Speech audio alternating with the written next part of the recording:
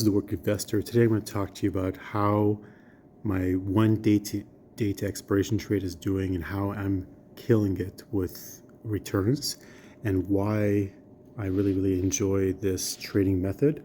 I got inspired by a YouTuber called the Average Joe Investor, and I was very inspired because he has an account of about $140,000 to $150,000, and he's bringing in around somewhere between $3,000 to $6,000 a month, and I think that the return on investment is phenomenal. So I decided to implement some of these trades from the inspiration. You got to learn from everybody. So let's talk about IWM. So let me compare this one day, the top one here, the 1 day to expiration, to the bottom, which is the 30 day to expiration, and show you why it's crushing it when you have the 1 day to expiration.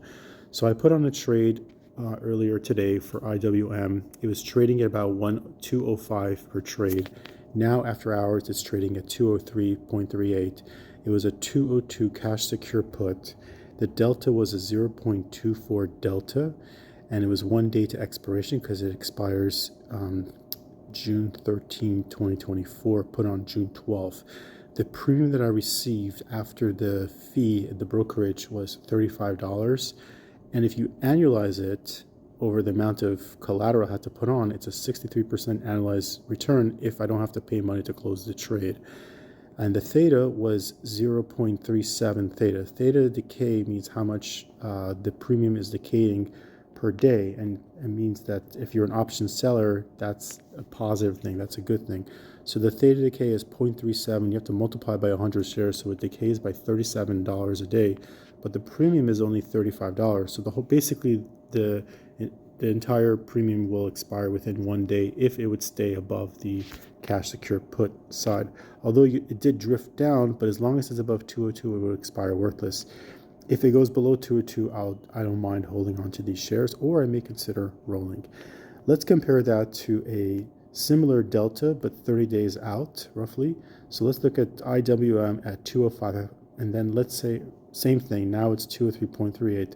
I look for close to a 0.24 delta to compare apples with apples, and I found a 197.5 cash secure put.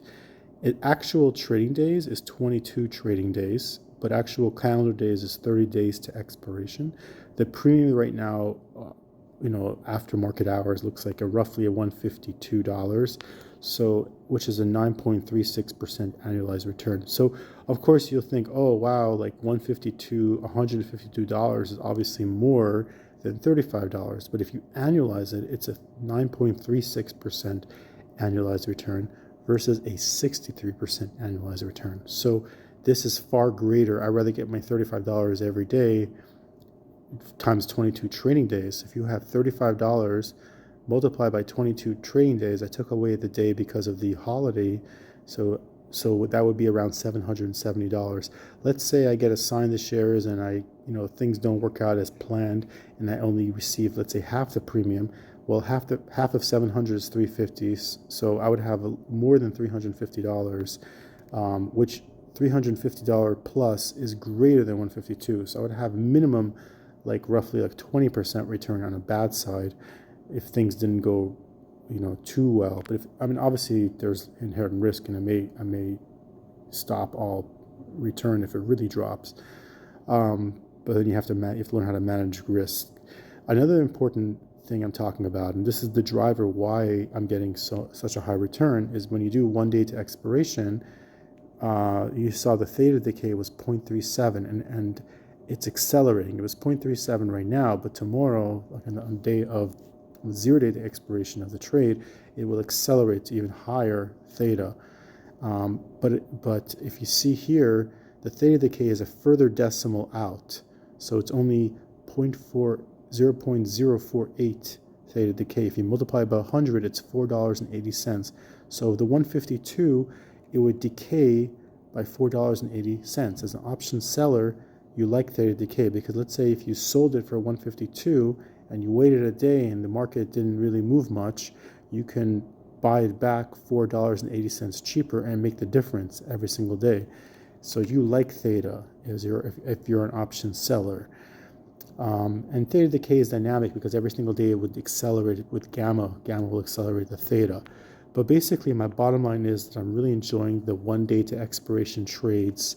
I don't mind taking little bits every single day because the cumulative is definitely going to end up more theoretically than the actual premium if you just do 30 days out. And again, this is comparing delta to delta. This is the Working Investor over and out.